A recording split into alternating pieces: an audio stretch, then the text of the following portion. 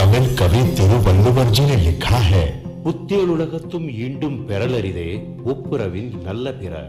स्वर्ग और धरती पर मानव सेवा से बेहतर कर्म खोजना कठिन है। माननीय प्रधानमंत्री के नेतृत्व में वित्त मंत्रालय और कॉर्पोरेट कार्य मंत्रालय देशवासियों की सेवा का उनका उद्देश्य पूरा करने के लिए प्रतिबद्ध है।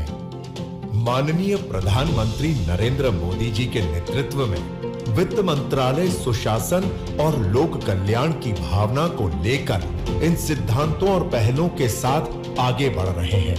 पहला, प्राथमिक नीतियों में ऐसे बदलाव लाए जाएं जो बजट संबंधी प्रक्रियाओं की कार्यक्षमता बढ़ाएं। बजट घोषणा की तारीख को अग्रिम रूप से 1 महीने से घटाया। रेलवे बजट को मुख्य बजट से जोड़ा गया। प्लान और नॉन प्लान व्यय का विलय किया गया। इस तरह सूक्ष्म पर जरूरी बदलाव लाए गए। दूसरा, सरकार की जिम्मेदारी यह है कि वह कमजोर की सहायता करे और उन्हें वित्तीय धाराओं से जोड़े। इसी सोच ने आकार दिया विश्व की सबसे बड़ी वित्तीय समावेशन योजना को।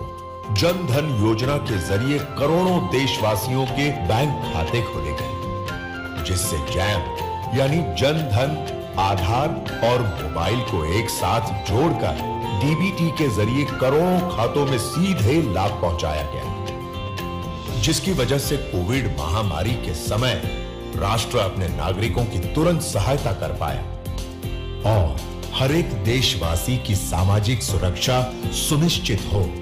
इसके लिए कम प्रीमियम पर प्रधानमंत्री जीवन ज्योति बीमा योजना और प्रधानमंत्री सुरक्षा बीमा योजना का शुभारंभ किया गया।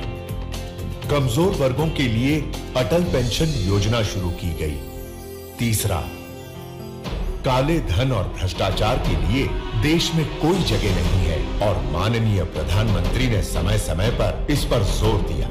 इसके लिए उन्होंने नोटबंदी का ठोस कदम उठाया ताकि देश से काला धन मिटे और देश की अर्थव्यवस्था नियमित रूप से बढ़े। आगे देश को काले धन के विरुद्ध लड़ाई में अंतर्राष्ट्रीय संधियों और नए नियमों का साथ मिला। चौथा, डिजिटल अपनाओ, नकद लेन देन में कमी लाओ और भ्रष्टाचार पर नियंत्रण लगाओ। नोटबंदी से डिजिटलीकरण को बढ़ावा मिला। भारत के स्वदेशी डिजिटल प्लेटफॉर्म यानी कि यूनिफाइड पेमेंट सिस्टम से आज भारत डिजिटल भुगतान में विश्व का सबसे बड़ा उपभोक्ता बन चुका है।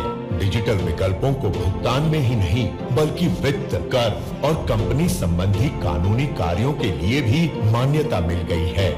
पांचवा, देश के कायाकल्प के लिए बड़े बदलाव जरूरी हैं और इस सोच का परिणाम है जीएसटी यानी गुड्स एंड सर्विसेज टैक्स, जिसमें बढ़त और सकारात्मक नतीजे लगातार प्राप्त हुए हैं और इसे अभूतपूर्व गति से देश में आधुनिक आधारभूत ढांचों का निर्माण हो रहा है और करोड़ों देशवासियों की जिंदगी में सकारात्मक बदलाव आ रहे हैं।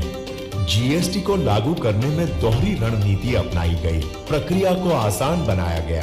गैर जरूरी व्यय और धोखेबाजी पर नकेल कसी गई। नतीजा, टैक्स भागीदारी को बढ़ावा। छठवां, राज्यों की अहम भूमिका को सराहना और उनकी वित्तीय सेहत में सुधार लाना। केंद्र ने राज्यों का हिस्सा बढ़ा दिया। सातवां, मौजूदा संस्थानों को मजबूती और नए संस्थानों व सेवाओं का निर्माण। विकास और नियमों के दोहरे लक्ष्य को पूरा करने के लिए कई नई पहलें शुरू की गई। जब कोविड का प्रकोप फैला तब डर का माहौल था। ऐसे में व्यय कार्य को जरूरी सेवा के अंतर्गत लाया गया ताकि भुगतान में कोई बाधा न आए। आपातकालीन सेवाओं को एक साथ जोड़ा गया। नियमों में छूट दी गई ताकि कोविड संबंधी जरूरी सेवाओं और सामग्रियों की कमी न हो। पुनर्वास के लिए पैसों की गति को रुकने न दिया गया। वैक्सीन निर्माण, खरीद और संचालन के लिए पूंजी उपलब्ध कराई गई।